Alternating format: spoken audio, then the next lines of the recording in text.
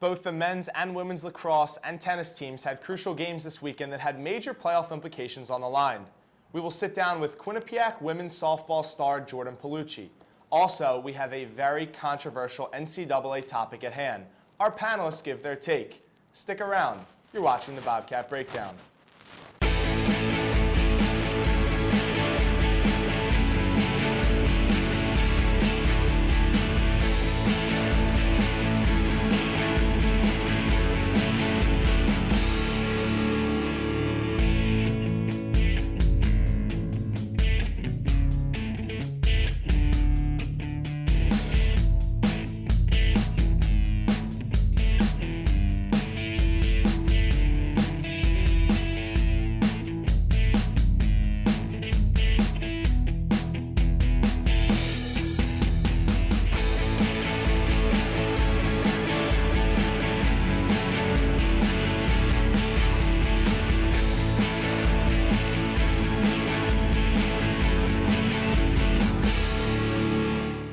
Welcome back. I'm Morey Hershgordon, and tonight I'll be your host. But before we jump into the action, let's meet our talented guest. Rob Ciambra, it's great to have you with us. Nice to be here. And coming off a personal best 15:56 in the 5K race at Rider University this past weekend, it's a member of the cross-country team, Dylan Fearon, who's in the studio. Dylan, thanks for being here. Thanks for having me, and a happy Passover as well. How's the food coming along with you? Some matzah, nothing special, but you know. Sounds good, sounds good. And our third panelist is the veteran, Nicholas Dench. Thanks for having me, and congratulations on that PR. Thank you very much. So guys, Saturday was senior day for the women's tennis team. Morey Hershgordon, the lone senior on the squad, left Quinnipiac with a win on her final match. While the underclassmen came through for her in a big way, Quinnipiac improved its perfect MAAC record to 5-0 by defeating the visiting Purple Eagles of Niagara 5-2. The win is the fifth straight for the Bobcats. Most impressively was the play of Oliphant and Chupa, who defeated Ta and McCoon 8-2 and improved their personal record for the season to 13-0. Guys, what have you seen out of Morey Chupa and what she's done for this team over the past 2 years following her 2-year stint at West Virginia? Nick, we'll start with you. You know, Morey Hershgordon brings a lot of experience. She's the only senior on this Bobcats roster, and she's done such a good job bringing that experience she had at West Virginia, a much bigger tennis school than Quinnipiac is. Quinnipiac does have that record with Coach Q where they can win those, they know how to win conference tournaments. But with Chupa, she brings that extra level of experience, especially with such a young roster. Right, and she's had 2 years of Big 12 tennis, Morey, and she's going to have to carry this momentum from this year into the MAAC championship, into the MAAC tournament in 10 days. This freshman class, is going to have to step up in 10 days in New Jersey. Rob, do you think it's been the play that she has gained the experience from West Virginia, or do you think it's just the senior mentality that's helped Oliphant out? I think it's a little bit of both. You know, she kind of reminds me of Cheyenne Darkangelo on the women's ice hockey team coming in. She's got a lot of experience from her past bringing in to Quinnipiac, and you know, she's got that senior mentality, and she's been a great leader for the tennis squad. I think she's embracing the fact that she's the only senior. She's taking all of this in. She's helping the underclassmen out. And in 10 days, they're going to be the 1 seed. They're 5-0, undefeated. They've been taking down teams. They haven't been just winning. They've been destroying some teams. And in 10 days, they're going to have to show up, and I think they can do it. And I think that Big 12, it's definitely a step down to the MAAC, as going back to Rob's comparison. Hockey, Darkangelo, she moved up. It was a little more difficult for her to go up to where she was with Quinnipiac. So it's a little more difficult in the ECAC than it is dropping down to the MAAC in tennis. Dylan, you mentioned the freshman class. This was a very highly touted freshman class, but they're performing at a tremendous level in their first collegiate season. Gentlemen, is this a MAAC championship team in the next 2 or 3 years, Dylan? Well, not just in 2 or 3 years. I think they can win it this year. You talk about the 3 freshmen, Oliphant, Sydney Young, and Daniela Reyes have really done a tremendous job this season. They were a highly touted recruiting class, but Chupa's been helping them all season long. At 13-0 in doubles, you mentioned Morey, that's incredible, and they're just going to have to keep carrying the momentum into the MAAC tournament. There's Fairfield and Niagara, who both sit with 1 loss behind Quinnipiac. Since Fairfield's loss to Quinnipiac, Fairfield has won 4 straight games in indecisive fashion. They've really blown out their opponents. Rob, do you see the Stags as being threats and standing in the way of the Bobcats in a MAAC title? I could see them being a bit of a threat, but the Bobcats do have a very talented squad. I think the Bobcats can beat them if it comes down to those two playing each other. Yeah, and as I mentioned, Coach Q knows how to win. He has plenty of titles under his belt when it comes to winning NEC titles. Yes, the MAAC is a little more difficult, but he knows how to coach a team to a winning record, and they have done such a great job adapting to a higher level of tennis in the collegiate level. Well, gentlemen, only time will tell. In 10 days, the women's team will play in the MAAC championships.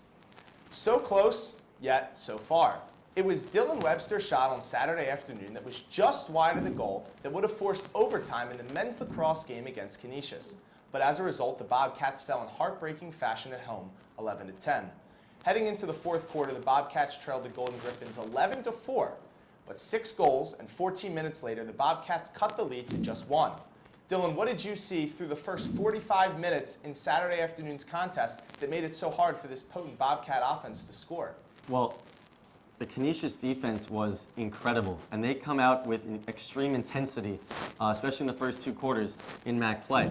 They've allowed single-digit goals in MAAC play in the first half this season against opponents, and they just came out with extreme intensity, and the Bobcats really couldn't handle it. Gil Connors was outplayed by the Golden Griffins goalie, and all in all, the Bobcats just couldn't crawl back and win the game. Yeah, I mean, you mentioned it. That Canisius defense swarms. They really force bad shots. You do have a shot clock at a certain point in lacrosse, and when they force the Bobcats to take those bad shots, not only does it make it harder to score as just a pure score, but it makes it easier for the goalie to make those saves. And when you have those routine saves, especially in the first half, it's very easy to pull out to a quick lead. Yeah, the Bobcats defense really needed to step up this weekend, and they didn't. You can't rely on Gil Connors for the whole time, and that's really what they did. Plus, Canisius' defense just really stopped the Bobcat offense there. So the Bobcats really need to step up their defense in the next game they have. Quinnipiac's attack is led by a lot of freshmen. Guys, do you think it was just an off game for those freshmen? Because they do rely heavily upon those freshmen to have a lot of assists and have a lot of goals in order to have success.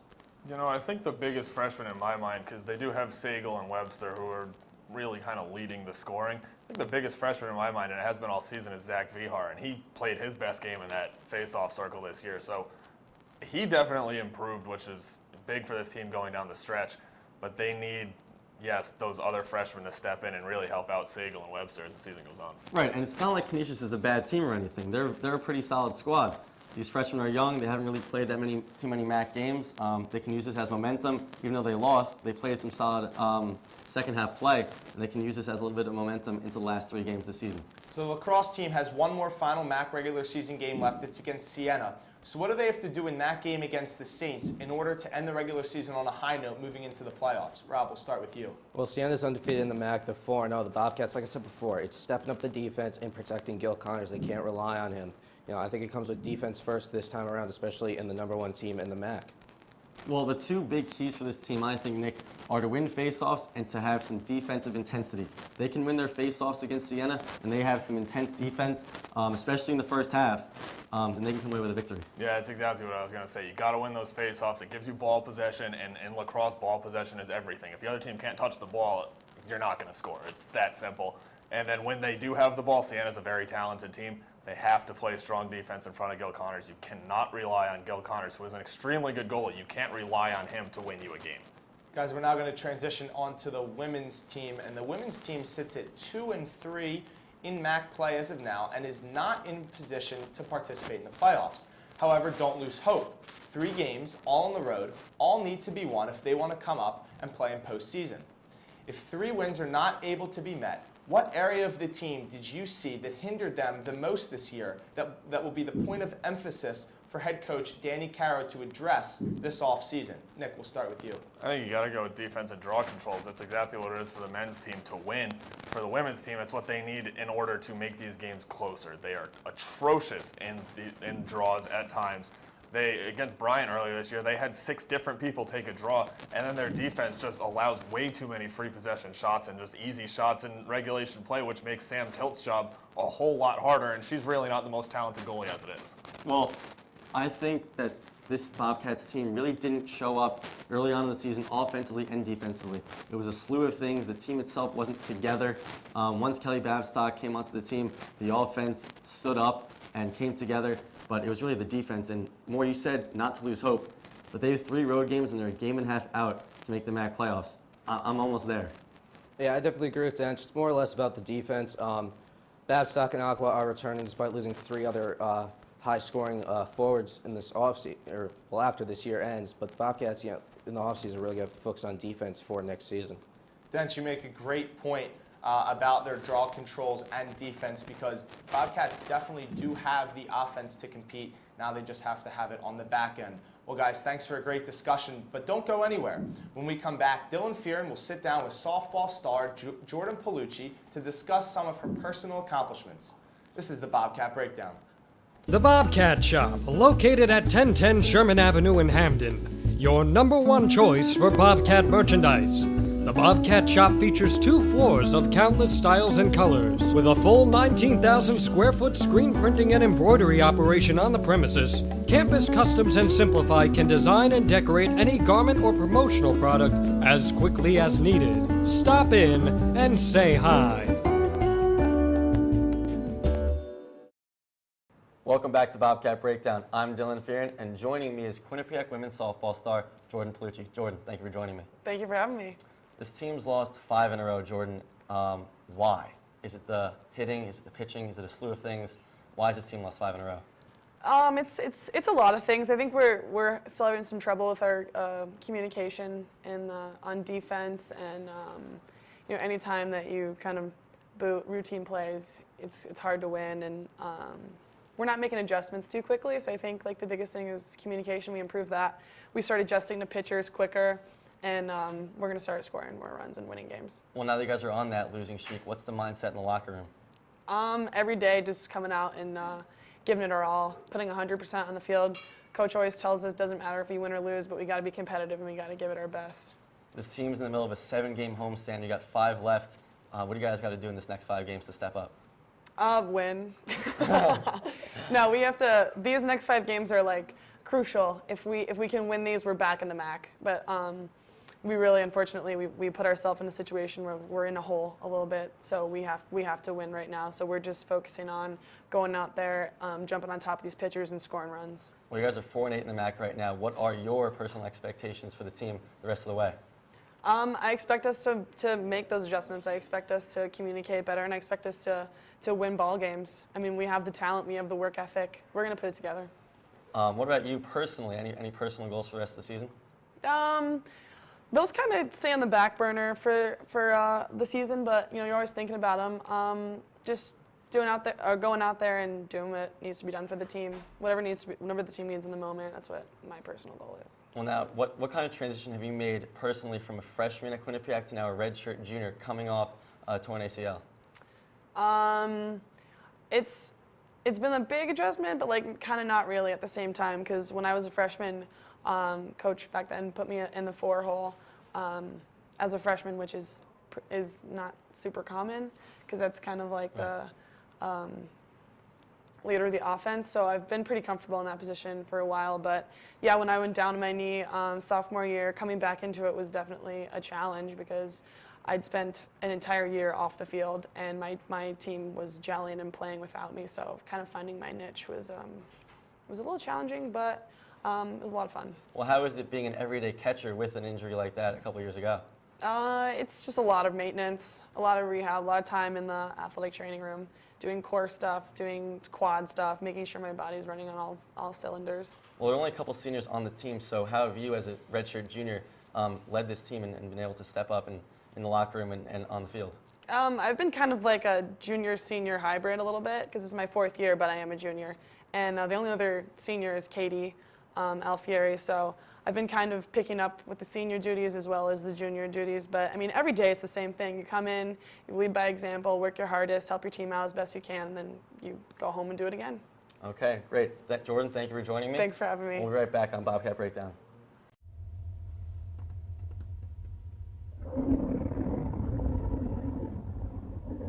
I could really go for a Ray and Mike sub right now.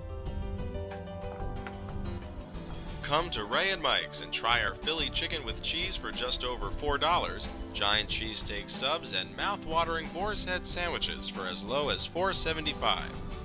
Q-Cash accepted just a mile down the road on Whitney, here at Ray and Mike's. Welcome back to Bobcat Breakdown. I'm Morey Hershgordon. There's been a lot of talk around college basketball's 2005 implementation of requiring students to attend at least 1 year of college before entering the NBA. One-and-done players are now commonplace. For those of you who are unfamiliar, the term one and done means a player that goes to college for 1 year and then is done playing in college, foregoing their final 3 years of eligibility to pursue dreams of playing in the NBA. Should the NCAA ban student athletes from doing this? Nick?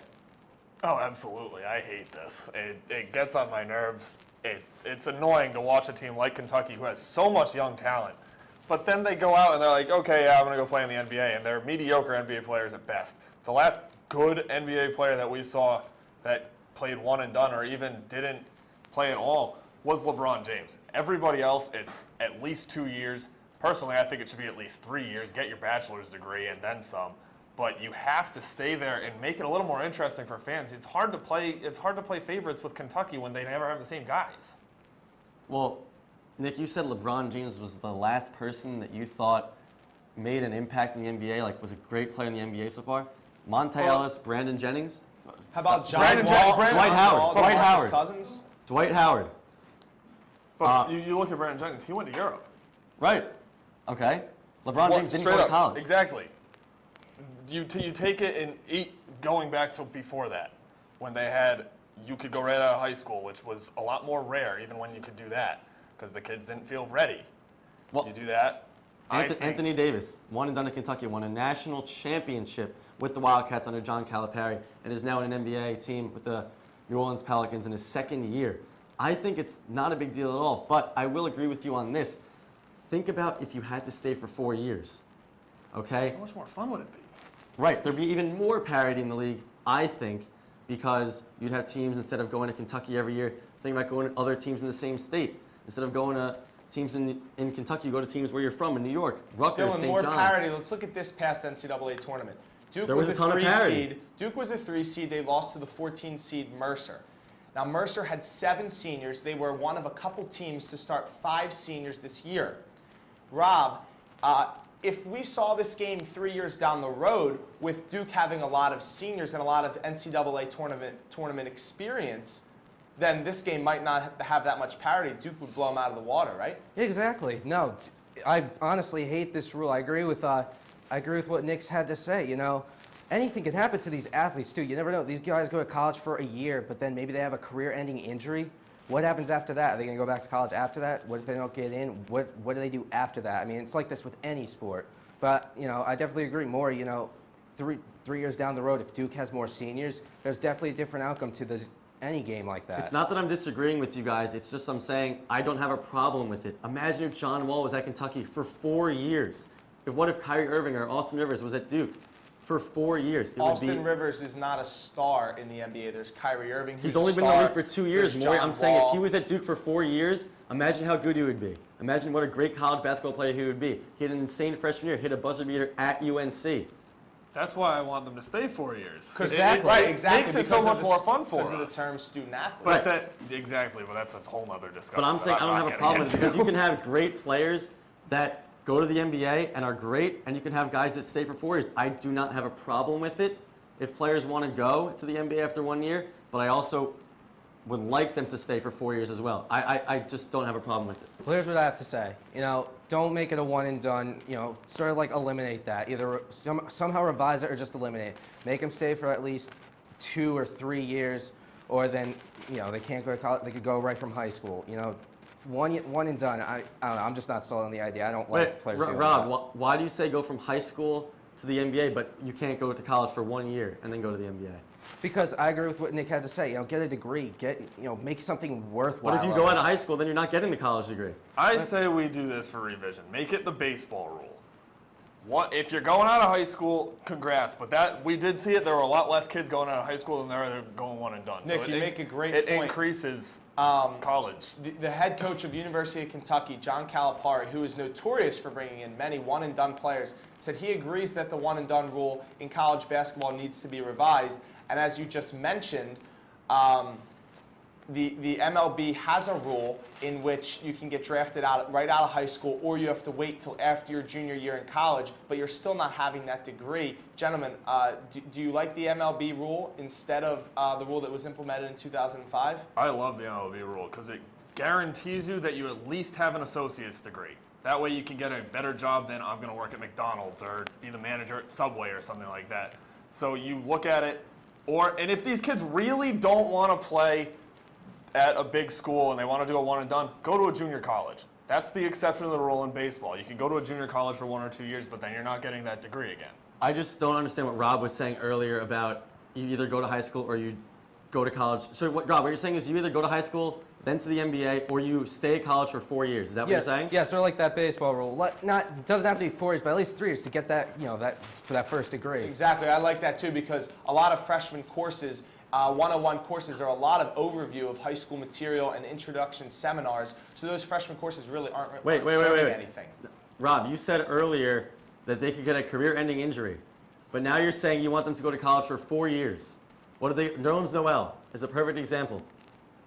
No, what I'm saying is, they get that basic degree. Yes, if they get hurt in the NBA, at least they have that first degree to fall back on, or they could go back to college for that 4th year, maybe for masters for their. No, but you said two different things. You said two different things. You said either you can go to college for 4 years or you go from the NBA, and then before that you said you want them to just go straight to the NBA because you can get a career-ending injury. No, give them the option out of high school. I'm not saying make it a requirement to go to college, but I'm just trying to eliminate that 1 year in college. Gentlemen, here are some players that I was thinking about before the show. You have some stars such as Kyrie Irving, John Walls, we talked about, DeMarcus Cousins. Rotation players that were great in college such as Tyreek Evans, Austin Rivers, O.J. Mayo, for example. And then you have some flops such as Greg Oden. If they would have stayed a couple more years, would they have been stars in the NBA? Okay, here's an example that you didn't mention, Morey, is Jared Sullinger. Stayed for 2 years at Ohio State. His draft stock went down. If he had gone to the NBA draft after his freshman year at Ohio State, he would have been a lottery pick, in my opinion. Instead, he stayed for 2 years, really faltered in his sophomore season, and then was drafted to the Boston Celtics in the late first round. That's a good example. If you're going to go and you're ready, I would go and instead of waiting for another year to try to get a national championship. See, but Sullinger was thinking a little bit past his NBA career. He knew he was an undersized forward. He knew he wasn't going to be an overly successful player, so he got that associate's degree. Now he's getting a lot of money to do something he loves. But when his career is over, he already has a trade, and that goes back to what they were saying with, especially what Morey was saying, with the 100-level classes. It's not you're not going to get anything out of that. Math 110, Math 107, Spanish 101, that's not anything that's going to go towards furthering your life after your career in sports. If you can get it at least 2 years, you learn a trade to an extent, and you can get a better job at it. Okay, but what about some great players in college basketball that stayed for 4 whole years? Jimmer Fredette and Doug McDermott. That was great to watch them. Jimmer shooting threes from way beyond the arc, and Doug McDermott getting to over 3,000 points with his father at Creighton. I don't have a problem with the rule. That's basically all I have to say. I do not have a problem with it. Dylan, you have young kids all across America looking up to the Doug McDermotts and the Jimmer Fredettes. As you said, Nick, you make great points about the 100-level courses and how an associate's degree is key in order to have a fallback plan. But guys, that does it for tonight. Another episode of Bobcat Breakdown is in the books. Like us on Facebook and follow us on Twitter at Q30 Sports for more information. And visit our website at www.q30sports.com. For Rob Ciambra, Nick Dench, and Dylan Fearon, I'm Morey Hershgordon. Happy Passover.